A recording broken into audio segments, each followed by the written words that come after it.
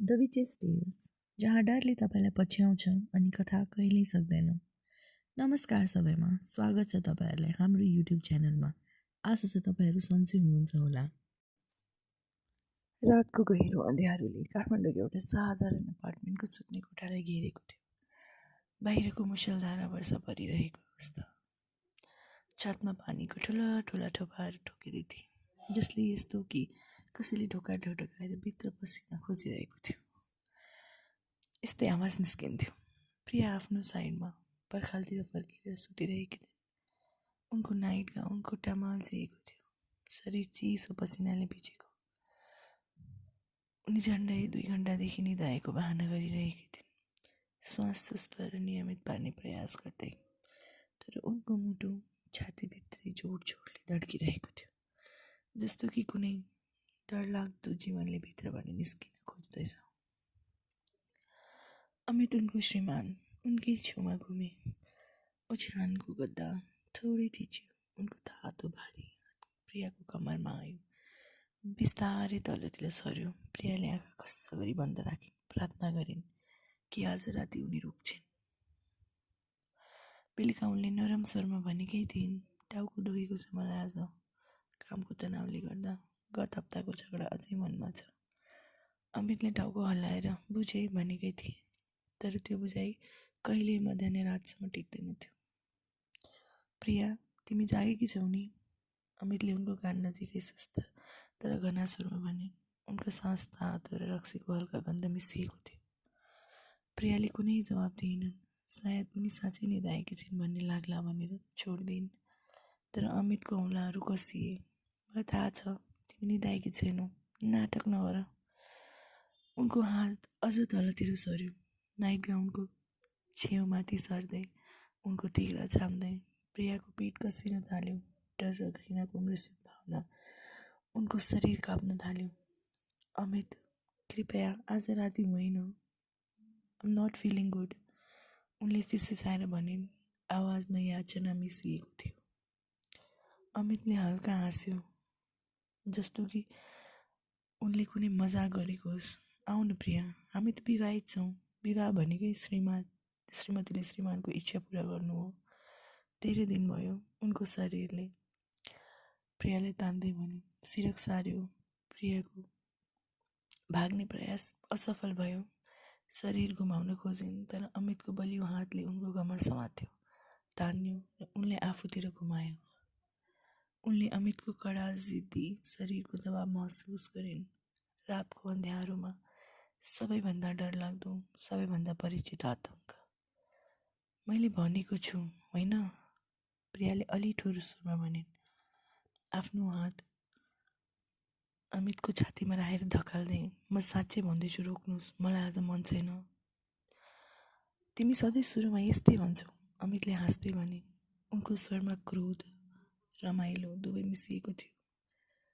तर पछि तिमीलाई पनि मनपर्छ, म तिमीलाई मनाउन जान्दछु नि। तिमी मेरो श्रीमती हो प्रिया। विवाहको प्रतिज्ञा सम्झ। श्रीमती शब्द प्रियाको कानमा चड्कन जस्तै लाग्यो। यो शब्दले उनलाई हरेक रात सम्झाउँथ्यो, तिमी मेरो सम्पत्ति हो, मेरो अधिकार हो। तिम्रो होइनले कुनै अर्थ राख्दैन। नेपालको कानुनले वैवाहिक बलात्कारलाई अपराध माने पनि घरभित्र यो शब्दले कुनै अर्थ राख्दैन। बाहिर समाजले पतिको इच्छालाई पवित्र ठान्थ्यो। प्रियाको सास अड्क्यो। अमितको घुँडाले उनको खुट्टा जबरजस्ती छुट्यायो। कुनै माया, कुनै हेरचाह, कुनै सहमति बिना उनी भित्र घुसे। दुखाइ चर्क्यो, तिखो र परिचित भयो, जस्तो कि हरेक रात उही पुरानो घाउलाई फेरि खोलिरहेको होस्। प्रियाले ओठ काटेर रोइला रोकिन्, तर आँसुको धारा आँखाको कुनाबाट बग्न थाल्यो। सिरक र तकियालाई भिजाउँदै झ्यालबाट छिरेको सडकको बत्तीको मलिन उज्यालोतिर हेरिन् र सेकेन्ड गन्ती गर्न थालिन्। 1, 2, 3। हरेक धक्का साथ उनको मन अर्को ठाउँ उड्न खोज्थ्यो। बाल्यकालको गाउँ, पहाडी, हरियो मैदान, दिदीबहिनीसँग दौडिएको, माटोमा वर्षाको सुगन्ध मिसिएको, आमाको माया। तर हरेक पटक अमितको शरीरले उनलाई यथार्थमा तान्थ्यो। उनी सोच्थिन्, यो प्रेम होइन, यो त यातना हो, यो विवाह होइन, यो त एउटा सुन्दर देखिने चिहान हो जसमा उनी जीवित गाडिएकी छिन्। अमितको गति झन् बढ्यो, उसको सास छिटो र ककर्स भयो। तिमी मेरो हौ मात्र, उनले फिसफिसाए। प्रियाको शरीर पुरै सुन्निएको थियो, दुखाइले पुरै भरिएको हो। उनलाई लाग्थ्यो म मर्दैछु कि क्या हो, तर मृत्यु पनि योभन्दा सजिलो नै लाग्थ्यो। जब सबै सक्यो, अमित सन्तुष्ट सास फेर्दै उनको छेउमा लडे। उनले प्रियाको कन्धमा हल्का चुम्बन दिएर मुस्कुराउँदै भने, हेर, त्यति खराब थिएन नि, तिमीलाई पनि मन पर्यो होला। गुड नाइट प्रिया। केही मिनटमा अमित गहिरो निन्द्रामा डुबे। उनको सास समान र शान्त थियो, जस्तो कि केही भएकै थिएन। प्रिया त्यही कुम्लिएर शरीरलाई आफूसँग अँगालो हालेर लेटिरहे। खुट्टा बिचको तीव्र दुखाइ मुटुसँगै धड्किरहेको थियो। उनी खाली फुटेको र अपमानित महसुस गर्दैन्। हरेक रात केही न केही भागा उनीबाट खोसिँदै थियो। आत्मसम्मान, स्वतन्त्र, प्रेमको सपना। बाहिर वर्षा झन् ठुलो स्वरमा बग्न थाल्यो, जस्तो कि आकाश पनि उनको पीडामा रोइरहेको होस्। प्रियाले आँखा बन्द गरिन् र एउटा नयाँ विचार उनको मनमा घुम्न थाल्यो, चिसो, तिखो र अचम्मको शान्ति दिने। एक दिन, एक रात जब अमित फेरि यस्तै गरी उनलाई समात्न आउँछ, उनी चुप लाएर बस्ने छैनन्। उनी प्रतिकार गर्ने छिन्, सायद चक्कुले, सायद विषले, सायद आफ्नै हातले।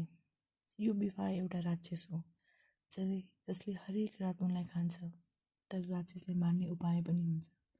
केही दिनपछि प्रियाले आफ्नो मोबाइल लुकाएर राखेको ठाउँबाट निकालिन्। उनको हात काँपिरहेको थियो। उनले 1145 नम्बर डायल गरिन्। नेपालको राष्ट्रिय महिला आयोगको हटलाइन। फोन रिङ भयो। अर्को छेउबाट नरम सहानुभूतिपूर्वक स्वर आयो, नमस्ते, यो खबर गरौँ हो, तपाईँलाई कसरी सहयोग गर्न सक्छु? प्रियाले आफ्नो नाम बताइन्। आवाज फुटेर आएको थियो। उनले सबै कुरा सुनाइन्, हरेक रातको यादमा, अमितको अधिकार, समाजको मौनता। उनी रोइन्, तर यो पालि पहिलो पटक उनको रुवाईले शक्ति दियो उनलाई। तपाईँ एक्लै हुनुहुन्न, अपरेटरले भने। हामी तपाईँलाई सुरक्षित आश्रय, कानुनी सहायता, परामर्श दिन सक्छौँ। वैवाहिक बलात्कार नेपालको कानुन अनुसार अपराध हो। राष्ट्रिय फौजदारी सहितको धारा 219 अनुसार 5 वर्ष कैद हुन सक्छ। तपाईँले रिपोर्ट गर्न सक्नुहुन्छ। प्रियाले फोन राखेपछि उनको मनमा डर र आशाको मिश्रण थियो। उनी सोचिन्, कि अमितले थाहा पायो भने, कि समाजले उनलाई घर भत्काउने भन्ने छैन। तर रातको अँध्यारोमा उनले निर्णय गरिन्, यो पटक उनी भाग्ने छैनन्।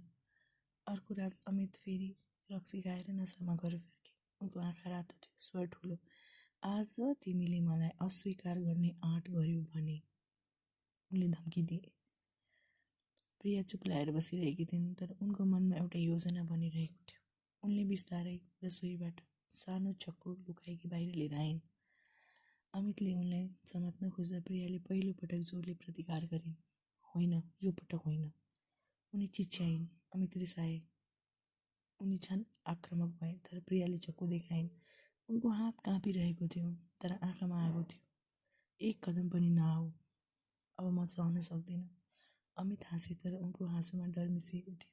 तिमी के गर्छौ र? तिम्रो श्रीमती हो। त्यो रात झगडा भयो।